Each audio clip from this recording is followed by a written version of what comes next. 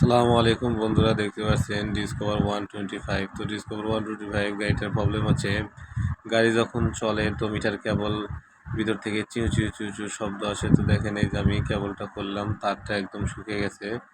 তো তারটা এখন আমি পরিষ্কার করে সুন্দর করে গ্রিজ করে এখন লাগিয়ে দিব। তো আপনার যদি এরকম প্রবলেম হয়, অবশ্যই আপনারা মিটার কেবলটা 1-1.5 কিলো 2,000 কিলোমিটার পর পর আপনারা খুলে সুন্দরভাবে ওয়াশ করে গ্রিজ করে লাগিয়ে নেবেন, তাহলে আপনাদের এরকম প্রবলেম আর থাকবে না।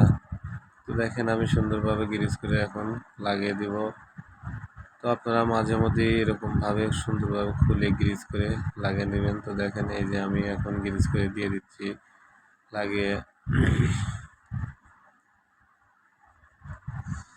তো মিটার কেবলের তার যদি এরকম শুকে জাম হয়ে যায়, তো অনেক সময় দেখা যায় চিউ চিউ শব্দ হয়। আবার মিটারে কাটা আপনি দেখবেন যে ধাপাবে, অ্যাকুরেটভাবে মিটারে কাটা উঠবে না। তো আপনারা মাঝে মধ্যে এটা সুন্দর করে খুলে ভালোভাবে ওয়াশ করে নিয়ে লাগাবেন, আপনাদের এই সমস্যা আর থাকবে না। তো দেখেন, আমার ওয়াশ করা শেষ, গ্রিজ করে আমি এখন লাগিয়ে দিচ্ছি।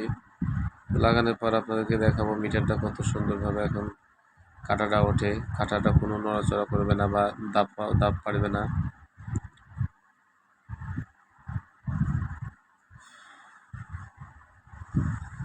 তো মিটার কেবলের নাটটা লাগিয়ে অবশ্যই আপনার চাকা করে দেখাবো যে মিটারটা এখন কত সুন্দরভাবে কাজ করতেছে।